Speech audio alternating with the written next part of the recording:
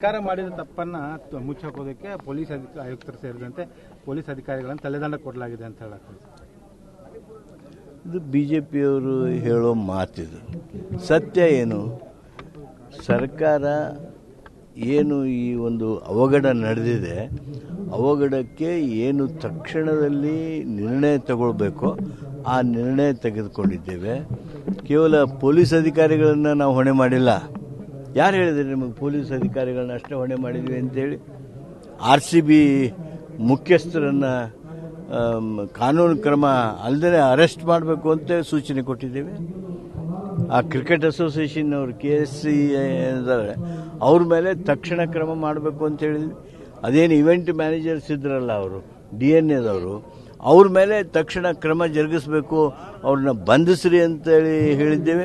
ಯಾರ್ಯಾರಿಂದ ಲೋಪ ಆಗಿದೆ ಅದನ್ನು ಎನ್ಕ್ವೈರಿ ಮಾಡೋದಕ್ಕೆ ಏಕ ಸದಸ್ಯ ಆಯೋಗ ನ್ಯಾಯಮೂರ್ತಿ ಮೈಕಲ್ ಕುನ್ನಾ ಅವರ ನೇತೃತ್ವದೊಳಗೆ ನಾವು ವಿಚಾರಣೆಯನ್ನು ಪ್ರಾರಂಭ ಮಾಡೋದಕ್ಕೆ ಆದೇಶ ಮಾಡಿದ್ದೇವೆ. ಇದು ಪಾರದರ್ಶಕ ಅಂತ ತಮಗೆ ಅನಿಸೋದಿಲ್ವಾ? ಏನು ಏನು ಮಾಡಲಿಲ್ಲ, ಅಧಿಕಾರಿಗಳ ಮೇಲೆ ಕ್ರಮ, ಬರೀ ಅಧಿಕಾರಿಗಳ ಮೇಲೆ ಕ್ರಮ ತಗೊಂಡಂಗನ ಇದು? ನ್ಯಾಯಮೂರ್ತಿಗಳಿಂದ ವಿಚಾರಣೆಗೆ ಪಡಿಸೋದ್ರ ಮೂಲಕ ಈಗೇನು ನಾವು ಮಾಡ್ತಾ ಇದ್ದೀವಿ, ಇದಕ್ಕಿಂತ ಹೆಚ್ಚು ಏನು ಮಾಡೋಕ್ಕೆ ಸಾಧ್ಯತೆ ಹೇಳ್ರಿ, ನೀವೇ ಹೇಳ್ರಿ. ಏನು ಅವಕಾಶ ಕೊಡಬಾರ್ದಿತ್ತಲ್ಲ ಸರ್ಕಾರ?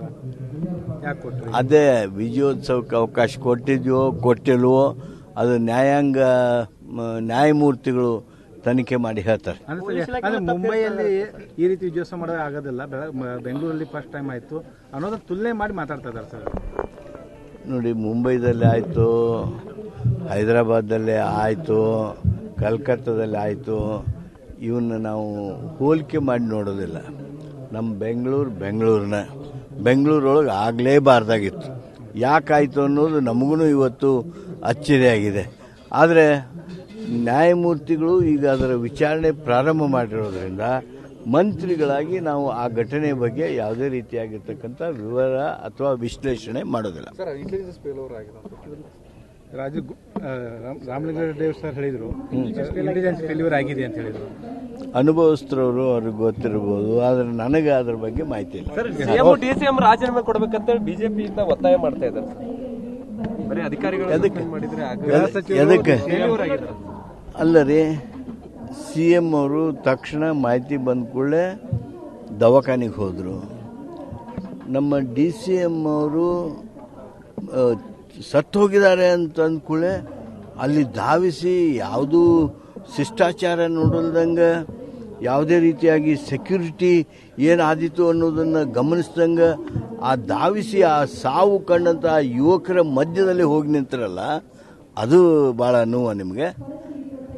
ಅದು ಆ ಉದ್ವೇಗದಲ್ಲಿ, ಮಾತಿನಲ್ಲಿ, ಭಾವನಾತ್ಮಕವಾಗಿ ಅವರು ತಮ್ಮನ್ನು ತಾವು ತೊಡಗಿಸಿಕೊಂಡದ್ದು, ರಿಸ್ಕ್ನೊಳಗೆ ಹಾಕ್ಕೊಂಡಿರೋದು, ಅದು ಭಾರಿ ತಪ್ಪಾಯ್ತಾ ನಿಮಗೆ? ಏನು ಸತ್ರೂ ಅಳು ಬರಬಾರ್ದ? ಅಳುವಿನ ಮೇಲೆ ವ್ಯಾಖ್ಯಾನ ಮಾಡ್ತಾರೆ.